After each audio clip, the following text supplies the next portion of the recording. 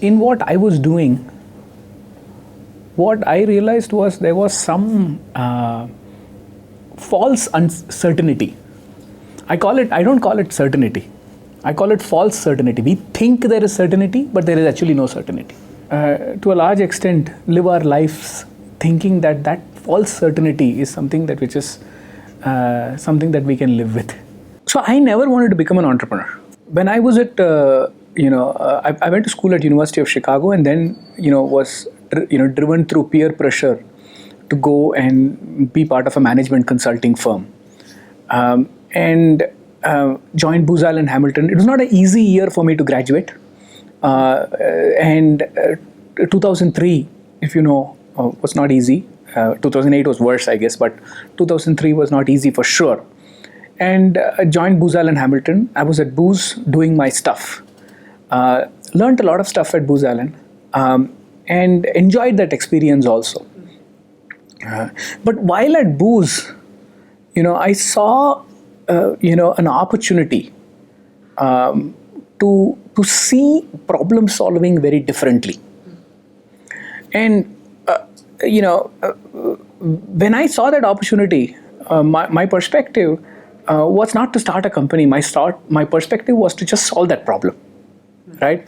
And went back to my bosses at Booz Allen Hamilton, and and told them that, look, this is the way I think the world ought to be, and this is the way the world is today, and I think we can make a difference there.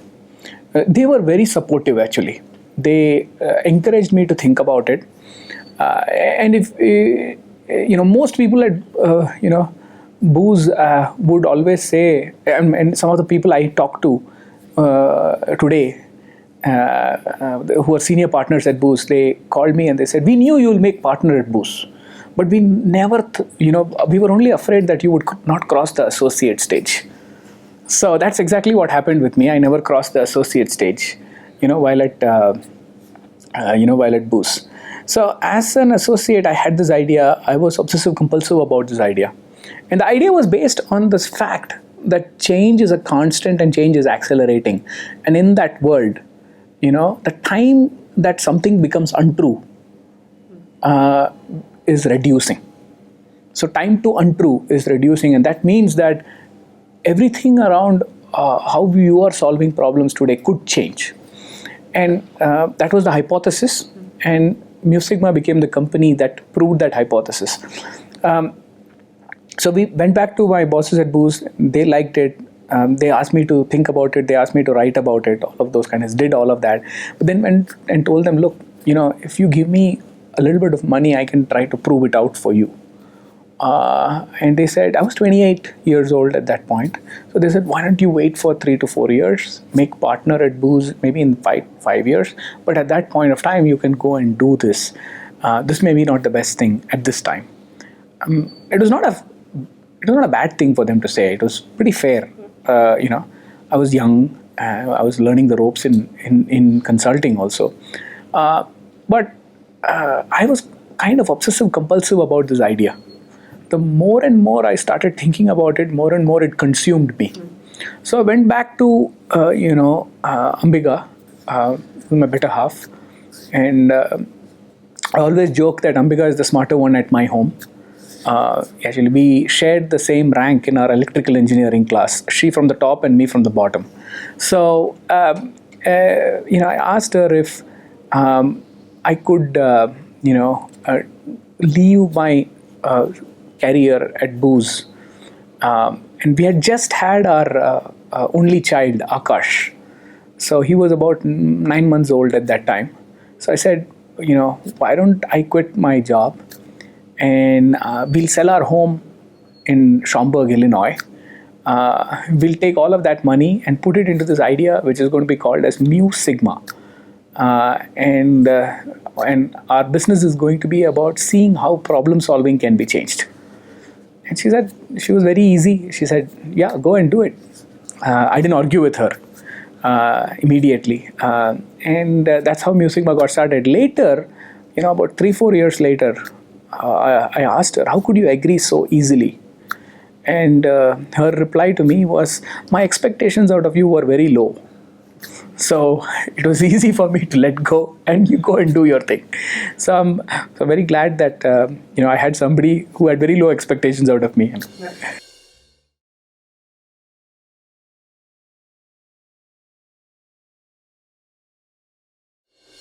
I first of all don't like this word big data.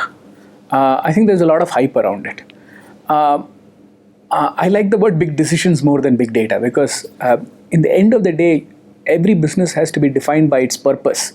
And our purpose is to get better decisions. If you look at the name Mu Sigma also, it comes from the fact that to make a good decision, you need to know what the answer is and how confident you are about that answer. And that comes from mean and standard deviation, mu and sigma. So having said that, I would say that the approach that we took, not our why, but the how, right? The how involved a lot of helping people use data and so on and so forth, and therefore I think we've played a big role in building this category.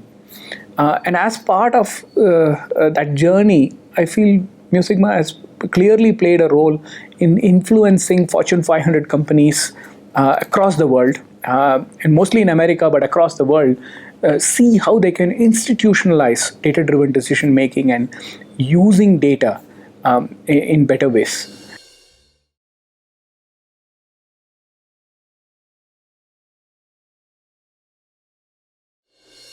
Yeah, that's a great question, by the way.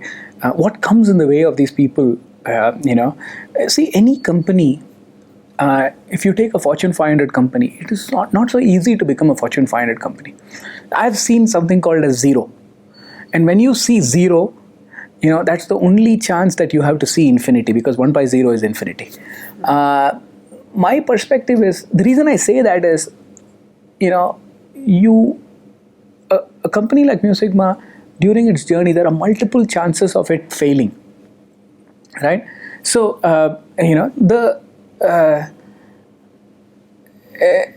so you get to see what it takes for organizations to thrive through all of that and not fail.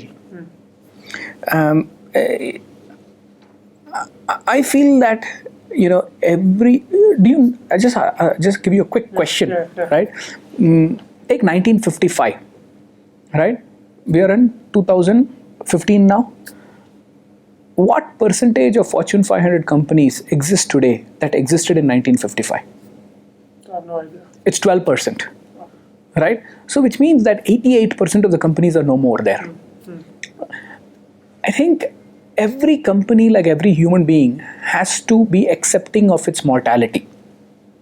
Very hard to stay through, many generations and build, to become a Fortune 500 company. So a large company, a Fortune 500 company, deals with a lot of complexity. It is appropriate complexity to become a Fortune 500 company. So this appropriate complexity that it deals with comes in the way of everything that it does. Capital is not a constraint for these guys. If you have a good idea, they have capital for that.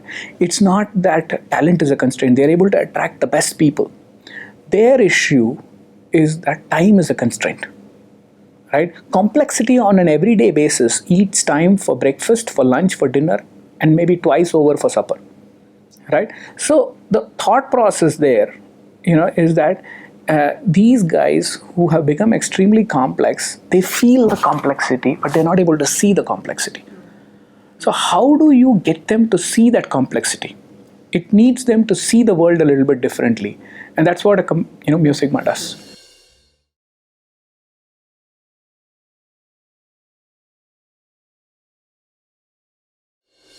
Look, I think the nature of what we define as data is very constrained as of today. Okay? Today, most things that we see as data is post intent. I called somebody, it's data. I made a phone call, that's data.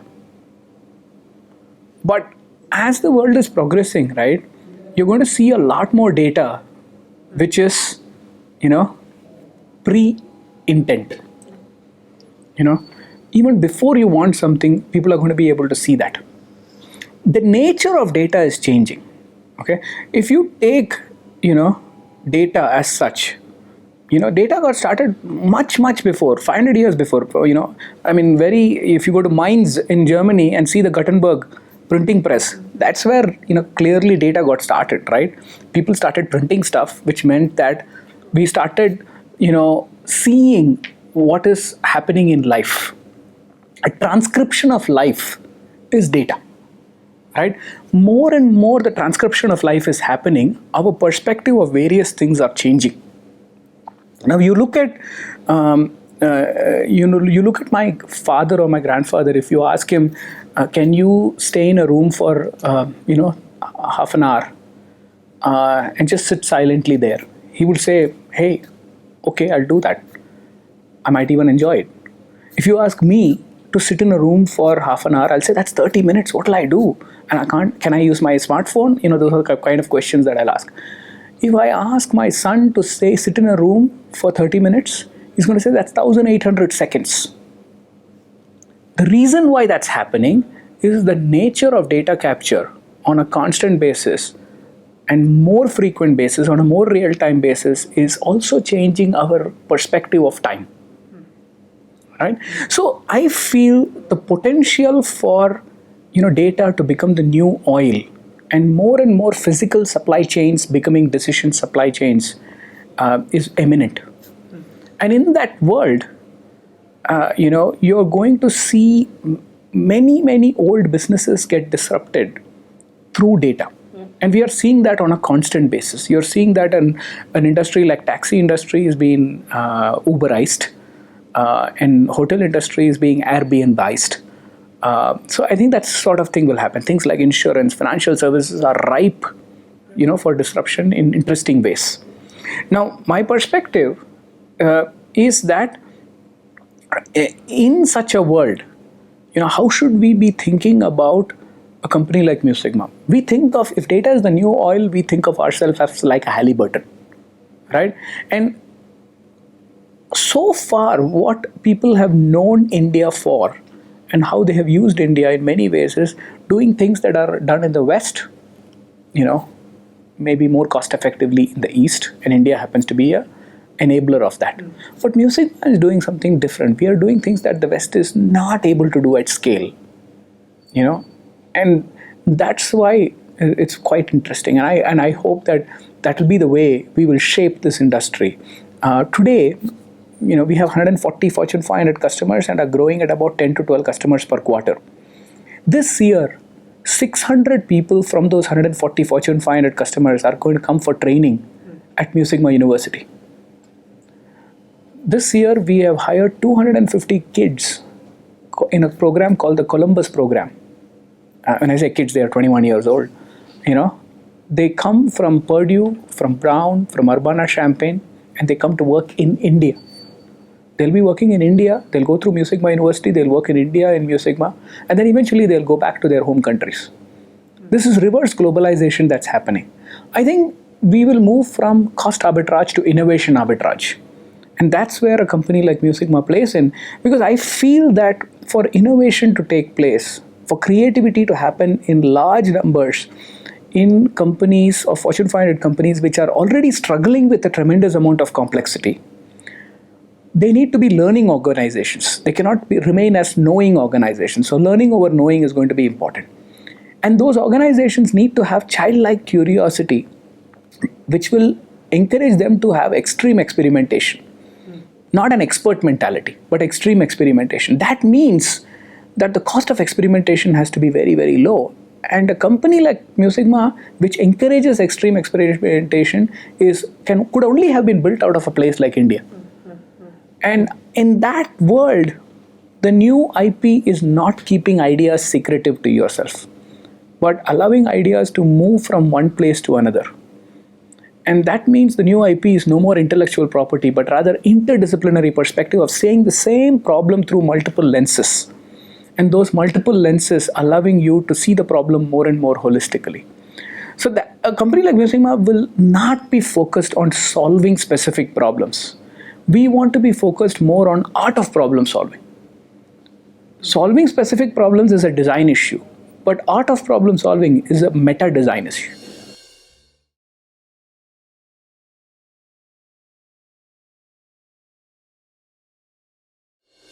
There are companies that will be built on precedents. Like, am I building an Amazon of India, or am I building, an AdMob of India, or an Expedia of India? And then there's, not building by precedents, but by seeing that the world ought to be different, and then changing the world. Right? I think that kind of, if you're thinking about building that kind of company, and if you're wired that way, and hopefully you'll know that about yourself, then looking for precedents is not the right way to go about it. So rather than precedents, first principles becomes very, very important. So in MuSigma, we operated from a first principles perspective of what is wrong, why that is wrong, and what ought to be the right way. And not at a big problem level, but at a small individual problem level. The world is not one big problem. The world is many, many small problems that are interacting with each other. So we said, take the first principles approach, take these many small problems, understand what the interactions are, what's going wrong, and then start, theorizing. I hate this word, but many people think that, an entrepreneur should not be theoretical, but I feel the entrepreneur should be very theoretical. Because unless you're theoretical, then you can't be future oriented. If you're always practical, then at that point you're precedent oriented to a large extent. So I feel an entrepreneur, a good entrepreneur, is a good harmony between theory and practical.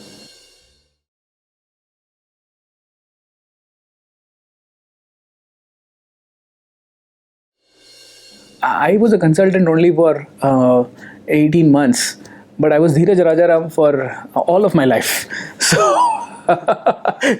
I guess even as a consultant, I think I was, clearly not as precedent oriented as I should be, because I would come up with, interesting, questions for people, and sometimes even uncomfortable questions for people to be thinking about, which put many of my, consulting friends, in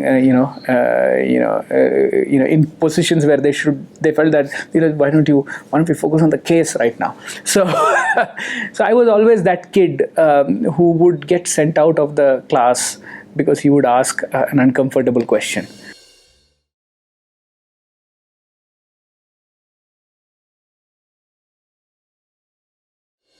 I think you got to have a high sense of consciousness, which is being aware of everything around you. And if you have that, you will be aware of all the trends that's happening. You will see paradigms, and you will make connections that probably others won't.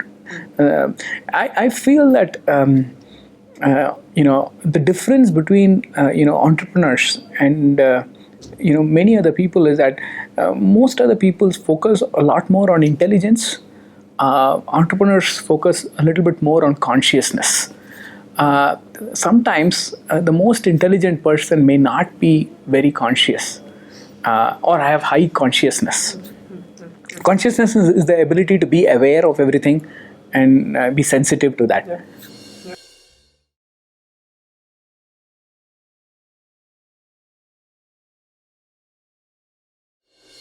I think we were disrupting not just consulting, we were also disrupting systems integration, and we were disrupting how products were made.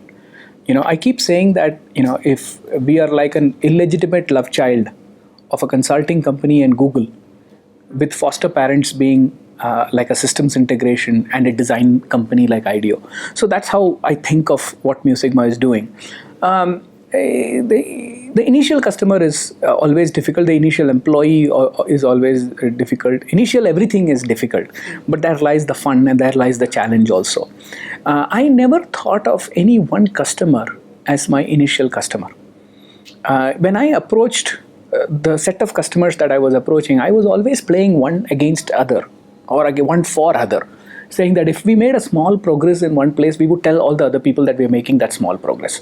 By keeping more people more connected, you increase consciousness of that entire ecosystem of what you're building, and everybody becomes aware of everything that's happening, and that creates that increases confidence in the possibilities. And then you also want more and more people to be rooting for you. So you should want them to feel it's their company, it is their idea. So more you can somehow get into their minds thinking that it is their idea, the more they are happy about helping you. Vicariously, everybody wants an underdog to win. Yeah, vicariously, they will want to live your life. Yeah. And that's something you got to create internally. So, we were working with an insurance company and a technology company. Initially, these are the two companies that we were talking to. The technology company actually signed on the dotted line first. But frankly, the insurance company was, we had spent a lot more effort with the insurance company. And I want to tell you a story about this because it's a lot of fun actually. I like telling the story.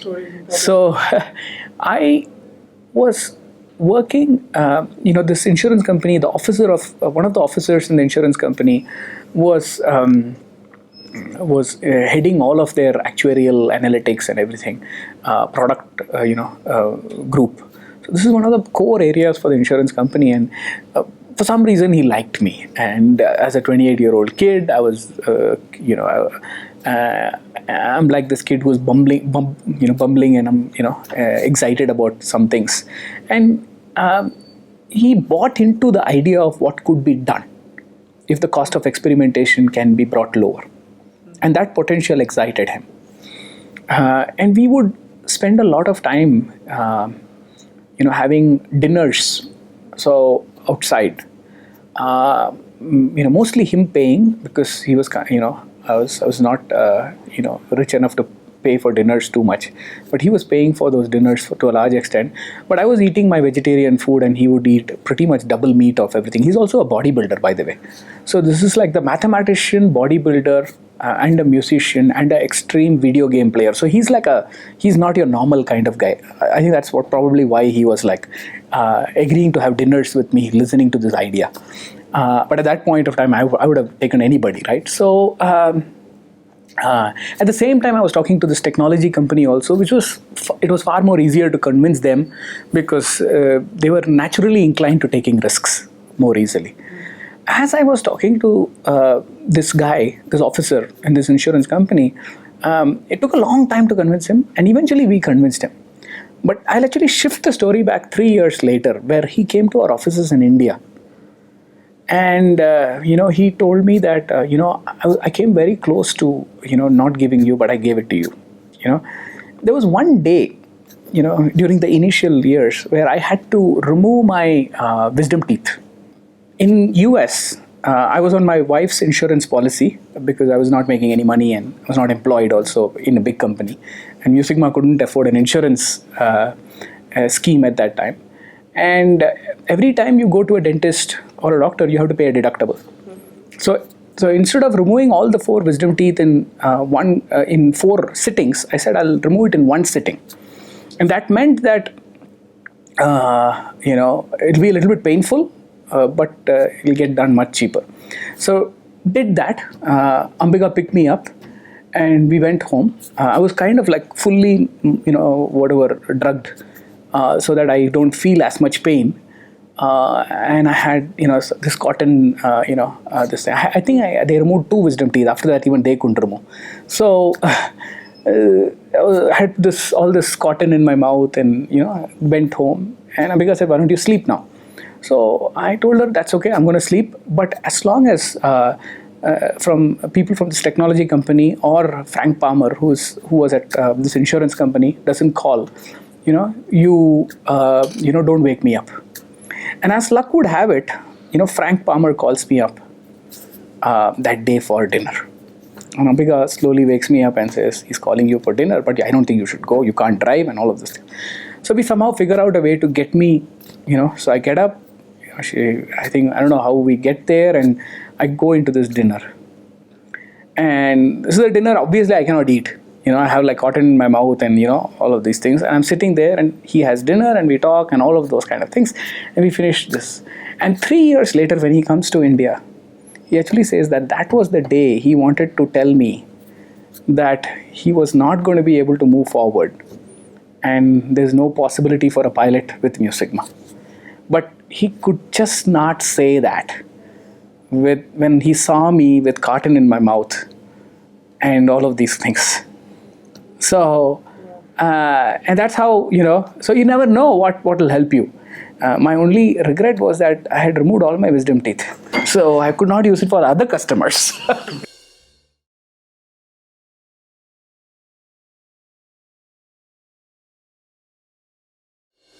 Couple of things, right? We very early realized that scale is going to be important for us. And scale was not a nice thing to have.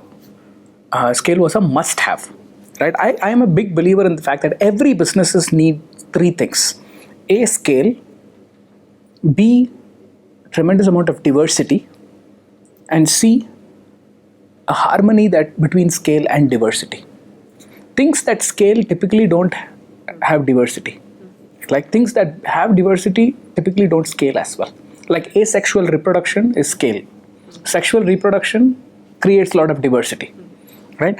But few species cheat this and somehow figure out a way to get scale and diversity together. And those are the ones that don't become extinct, right? That same perspective exists in organizations. And that's how we thought about this and said that, look, for an organization, you need scale and you need diversity and you need the ability to have both of that together, a harmony between scale and diversity. Now, having said that, in our business, we clearly saw that talent was going to become a huge constraint. So we started investing.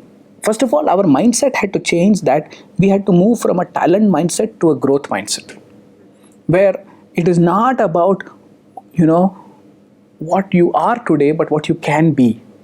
And not about who you are today, but what is the interaction that I can have with you and make you something better.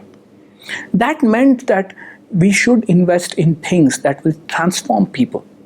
And Mu Sigma University got created. So the perspective of Mu Sigma University was very early on created, but even that was not going to help in scale after some time. So that was not the only approach we took. So we had diversity in approaches. The second thing what we did was we recognized the fact that,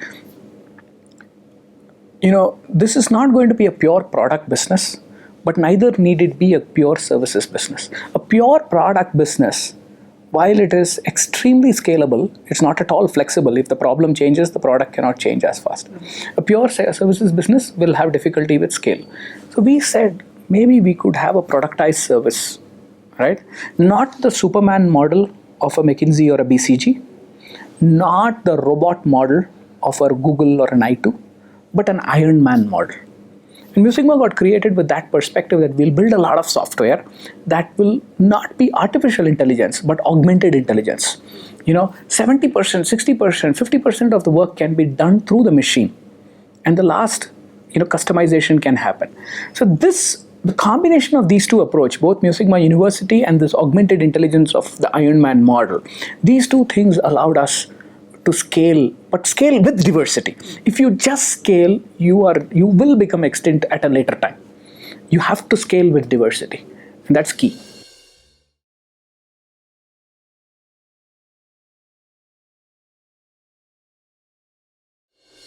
My perspective, I have a few things that I did wrong. One thing was I gave away too much of my equity to people who said they would help me, as advisors and all of those things. They never helped me.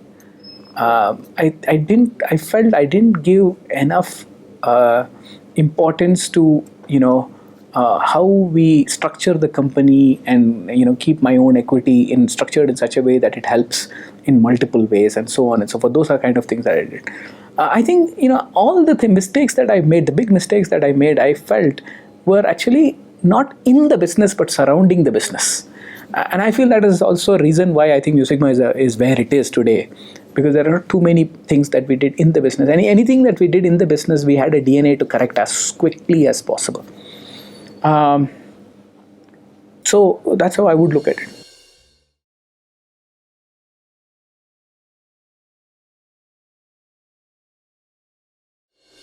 My first growing moment was in the early years. I hired somebody very senior for our India operation, and that was not working out.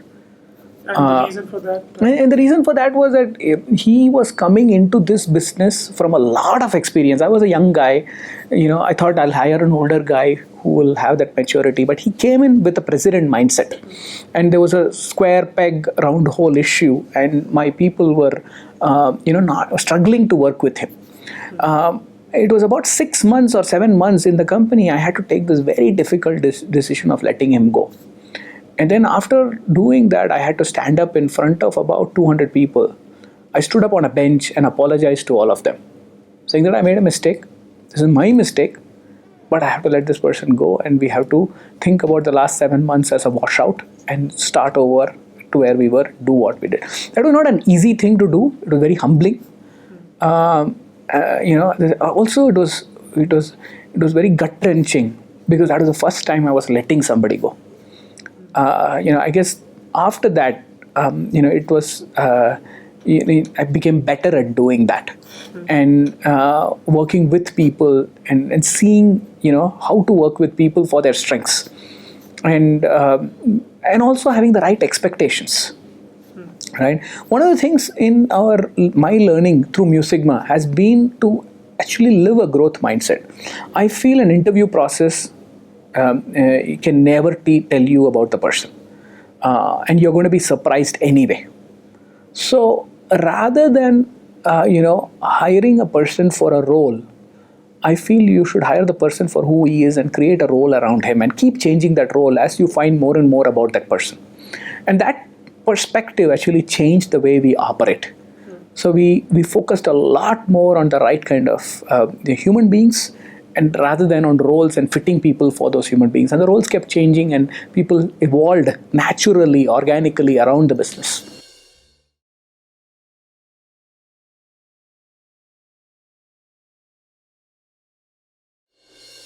There's a lot of heart. I was not, looking for, I was not architecting it. I feel many people, try to architect work. You cannot. Can you when you marry your wife or fall in love, do you architect it? I'm looking for a complementary skill sets and all of this. I don't think so. So I think that cannot be the case in work too. Work is a part of life. Work is not different from life. All the things that hold good, hold true to life, hold true to work also. And if you want to have a solid relationship with somebody, you have to identify with them. You have to feel a connect. And I think we don't listen to our feelings enough. And if you truly listen to your feelings, then you will, you will operate in a way where you will be willing to engage with that person with vulnerability, and be open to a relationship which will have higher trust. You will therefore, through that trust, enable higher amount of conflict, and that conflict is essential to building companies like Mu Sigma, where you are going to be questioning a lot of things, changing stuff, questioning precedents, and coming up with new ways of working, and so on and so forth.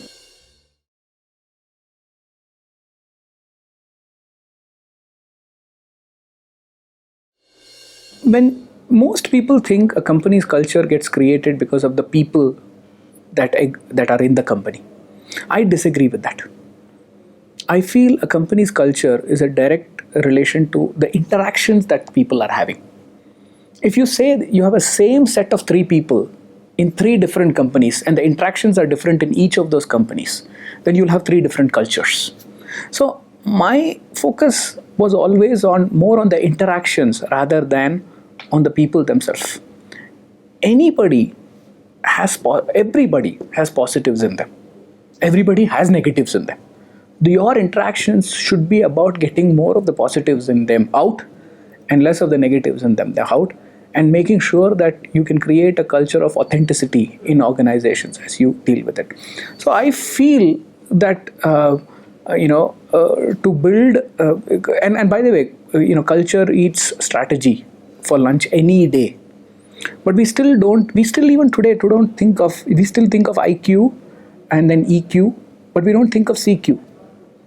Right? IQ is intelligence quotient. Yeah, that's one part of your brain. EQ is emotional quotient, how you think about the soft aspects of it. So all management is about soft and hard, but that's not just about soft and hard. There is CQ, which is how these different people interact with each other. And the systems perspective to how people interact with each other is going to be very, very important in understanding culture and influencing culture on a constant basis. So therefore, our focus was always on interactions. Mu Sigma it believes that even for its customers, but more so for itself. So we've always felt that thinking about how people interact should be. So we create a lot of forums which allow for people to interact differently. Like for example, you see outside the connected mind. This is a place that we've kept, which is a nice looking place that we've created for people to come together on a daily basis, conduct sessions, create forums, all of those kind of things, which will allow them to mix and match ideas and so on and so forth. So we never let somebody be in one customer for more than 12 to 18 months. Our goal is to push them out as much as possible. I try to do that, but people find I still struggle with it because the system kind of even fights with me, and says that, what, Dhiraj, I know you want that, but but we have to do these urgent things. So the question, the conflict between urgent and important always takes over. But I think as an entrepreneur, you have to keep fighting. That's your job.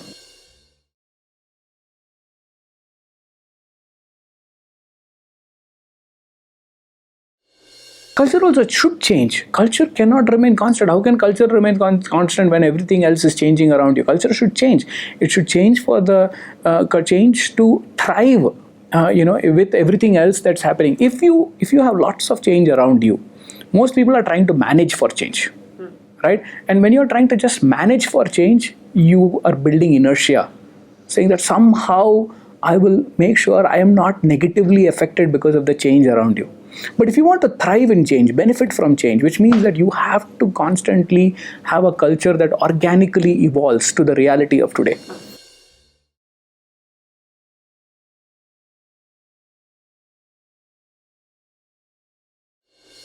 Yeah, pretty lot of times. And what? Every day probably.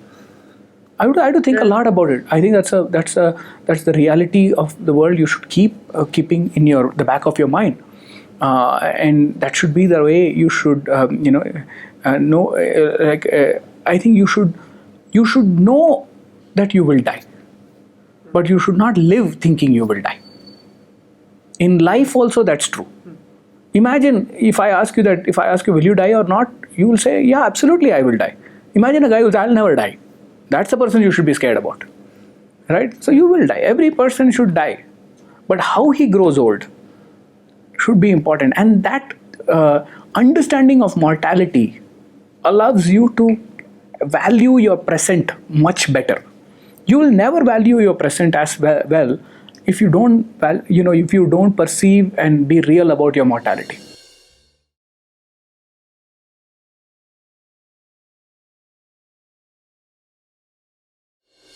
Look, the first $400,000 of this company's initial funding came from me, in two stages or something like that. So I'm kind of old school entrepreneur, where I was not putting a idea on a piece of paper and say now that's worth $10 million, right? So I was old school, that I put my own money, didn't take a salary for 3 to 5 years and built it. Probably I was not as smart as I should be from that perspective, but that's how I started. The initial guys, I took money from every time. I had clarity around the fact that if somebody is putting money into the company, then it better be because he can help me or she can help me. Now, my judgment calls around who can help and who cannot help may have been wrong. And in the initial years, I think I got it wrong a lot. But my thinking around the fact that only people who can help an organization should be part of that cap table, I think was dead right. So I feel that an income statement will tell you how good you are today. A balance sheet will tell you how good you will be tomorrow. But a cap table will tell you your real future. Who owns the company and how much do they care about the company? Not just the physical cap table of money, but also the emotional cap table of who cares about the company deeper, like a child. So I think that's very, very important, and managing that became very, very important in your growth. So we basically we got excited by a lot of investors. The primary reason to take money, initially with Sequoia Capital and later with General Atlantic, was so that they could they could open doors for us. They could create the brand for us that we needed, because they had invested in more interesting companies. Sequoia has invested in Google, General Atlantic has invested in Facebook and Alibaba. So I think the quality of investors is a clear signal you're telling people as to how good you are. The mistakes I made in the beginning actually helped me because, in a way, the initial next set of investors were not actually diluting the company, but we were just moving an old set of investors into them. We had a lot of other smaller investors who helped, and I think all of these people have benefited by constantly giving them exits and stuff like that. So I think the aspect of change in your cap table is something which you have to manage, and it is real. It changes constantly, and thinking about that, what's the right cap table, is important.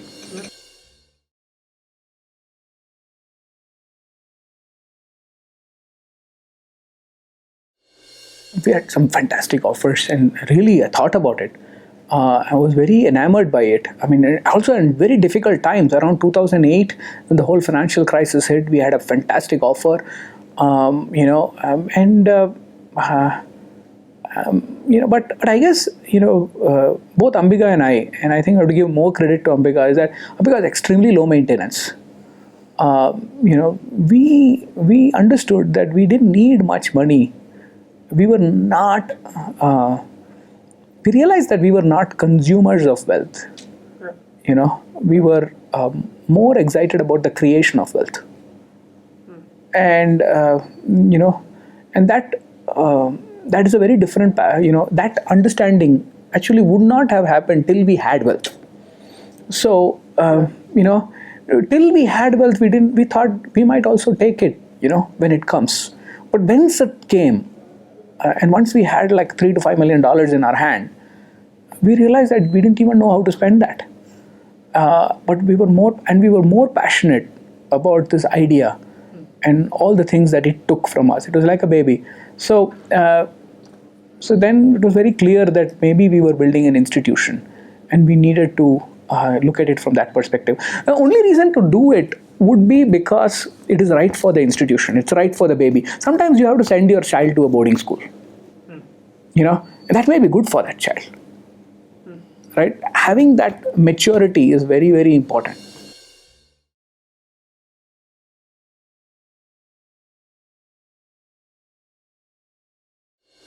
I think invest your own money. Don't take money that easily. There are people who want to become entrepreneurs, and they hunt for ideas. And there are people who have ideas, and to fulfill that, they become entrepreneurs. I feel the hunters of ideas, I call them the arranged marriage entrepreneurs, will struggle. Because deep down, that they are going to have to deal with the fact that they never fell in love with that girl. All they wanted to do was be a husband, and they were looking for girls, right?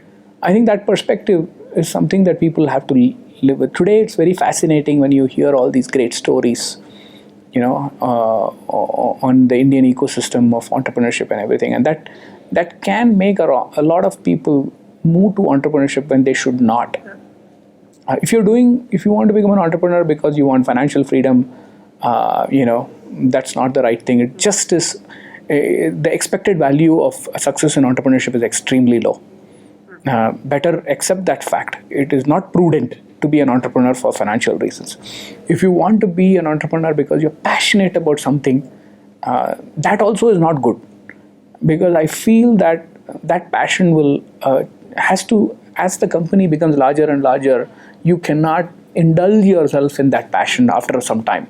The company building will take its own toll on people. Therefore, it has to be beyond the luxury of passion or the money. It has to be about a certain purpose that you want to achieve, and you're willing to do whatever it takes to achieve that purpose, and sometimes even giving up your passion so that somebody, you may not be the guy who will be doing the coding, you may not be the guy who will be doing a certain thing that you enjoy doing, but today you will have to do something else because the company needs you to do something different.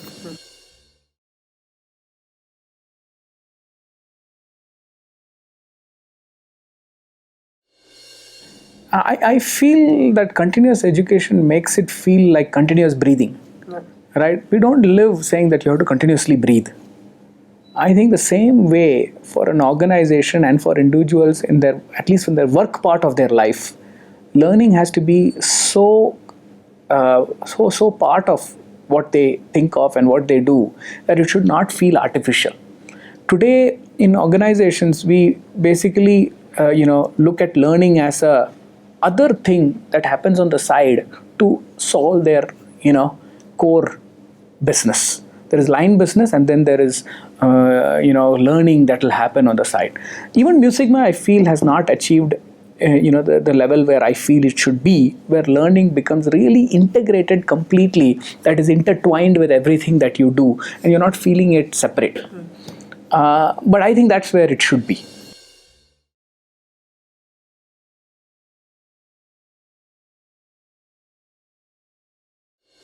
Absolutely. That's a great question, by the way. I feel that initially it was about math. It became slowly about math and technology. Now it is very clearly that's not enough. Math, technology, and business is required. The next generation of stuff will require things like design thinking and behavioral science integrated into math, business, and technology. And just to give you a perspective, right? I am teaching filmmaking in Mu Sigma University. I want to teach filmmaking in Mu Sigma University. Why? Because I believe that we will, next generation of problems, when we solve them, we cannot be giving people just a PowerPoint. We may have to make people a small video to do that, and you can do that with an iPhone. So why can't we make a lot of projects that we do today? I ask them to make a small video. Yeah. So we kind of think of the MuTube, like YouTube, MuTube, right? Basically, people engage their customers in small 7-minute, 8-minute videos on which they can engage with them, and it's easier for senior executives to just absorb fast.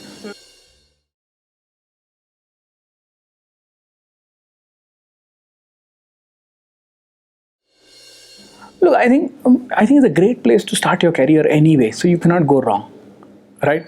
Because this industry can be a seed for many other ways in which the number of real options it creates for you is too many. So you start with this, see if this is something where you want to be in.